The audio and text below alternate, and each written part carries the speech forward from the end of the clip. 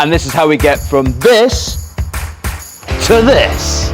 So today, what we're going to be doing is we are going to be working on this portrait head. Now, this is a direct copy from this original.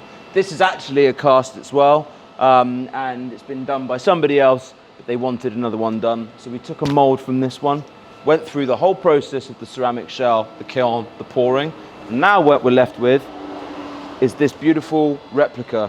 Now, it's not a lot of work to be done. I've sandblasted it, I've cleaned it up. What I'm going to do is I'm just going to go around all these little bits in here, and I'm just going to refine it with a soapstone, and then we're going to wire brush it all, really bring in that lovely bronze. And then after that, we're going to take it over to the patina station, and we're going to basically copy this traditional bronze verdigris onto this one. Then we're going to wrap it up and send it on its way.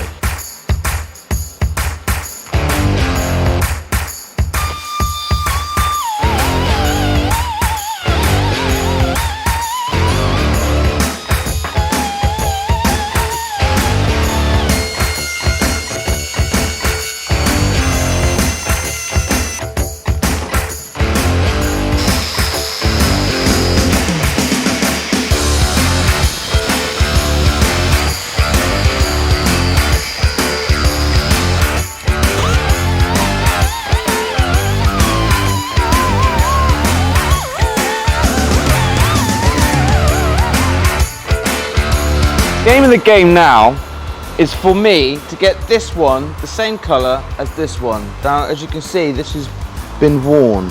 It's got lovely depth to it.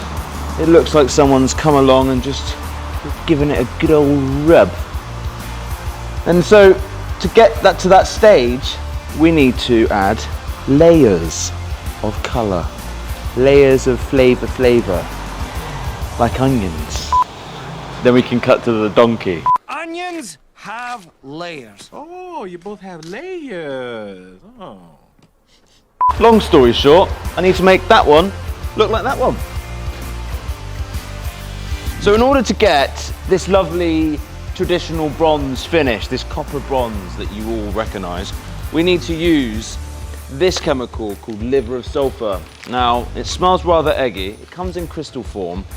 But what we need to do is just get a little bit out, and you can dilute it with water, and this gives you your base coat, and your base coat is what's needed to then put your verdigris on top. So again, you're doing it in layers. So these are the little liver of sulfur crystals, and then you add that to water, it dissolves, and it turns into this sort of browny, yellowy liquid. And then we heat up the bronze, we apply it with a brush, and then watch the magic happen. You can see it's getting a bit darker as the crystal's dissolving.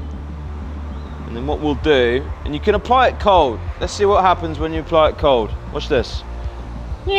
See that? It's just turning colour instantly. That's what it does cold. Imagine what it does with a little bit of heat.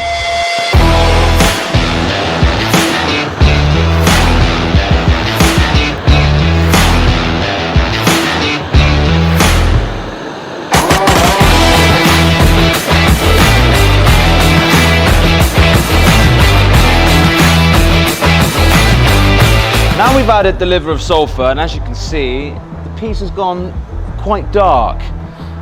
In order for us to get that lovely, rich sort of depth of the sort of coppery brown penny bronze that you all know, we need to then rub this liver of sulfur back with a scouring pad, a bit of water, and just sort of rub back those tops.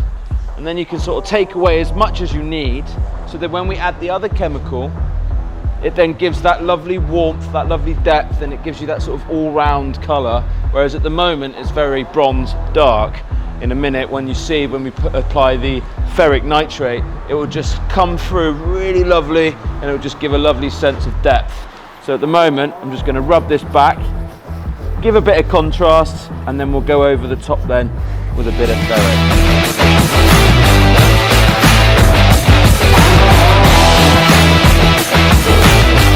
This is the next chemical we're going to apply, okay? We're going to not have it so hot, we're going to just apply it slightly warm.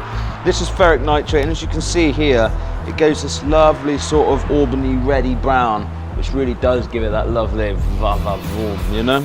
You know what I'm talking about.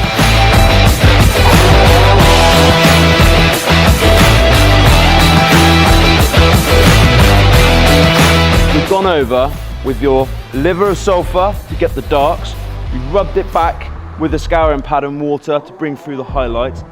Then we went over it again warm with your ferric nitrate. That gives it that lovely reddish brown and a bit of depth. And then I went over it again with the liver of sulfur to tie it all in. And now what you're left with is this lovely sort of depth of colour, and it's got that contrast, and you can actually pick up all of the modelling. So what it's done, it's accentuated the modelling. You've got the darks in the recesses, and you've got the lights on top. Now, in order for us to get from this to this, I have actually added two greens, a forest green and a pea green and a white. They're called dioxides. And a dioxide is a bit different from a chemical. Dioxide is instantaneous colour. You don't have to wait around for the reaction. You add a little bit of heat, spray it on with a bottle, you get this lovely mottled effect, which is sort of what we're aiming and achieving with this one here. So I'm just gonna mix this up, put the spray cap on, and get a spraying. So as you can see, I'm stood fairly far back from it, because if you're too close, the spray actually just hits it, runs down. If you're too far away, you don't get it. So you gotta be that little sweet spot in the middle. As you spray, you don't do a full pull of the trigger, you do a little tapper, tapper, tapper. A tapper, tapper, tapper. And you get this lovely mottled effect.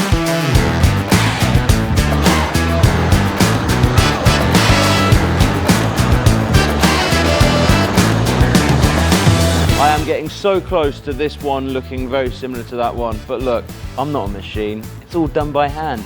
So there is going to be some slight variations, but I think when this thing gets waxed, which is the next stage, we will wax this and then it will come up with this beautiful luster that this one has. But until then, it's going to look fairly light, so it's going to be a tone lighter than that one. And naturally, when you get these things wet, they change color.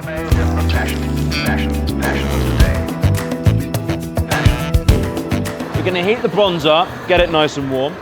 And then I've got this neutral clear wax, which is by Black Bison Liberon. And I'm just going to heat this up. When the two meet, it's like liquid gold, baby.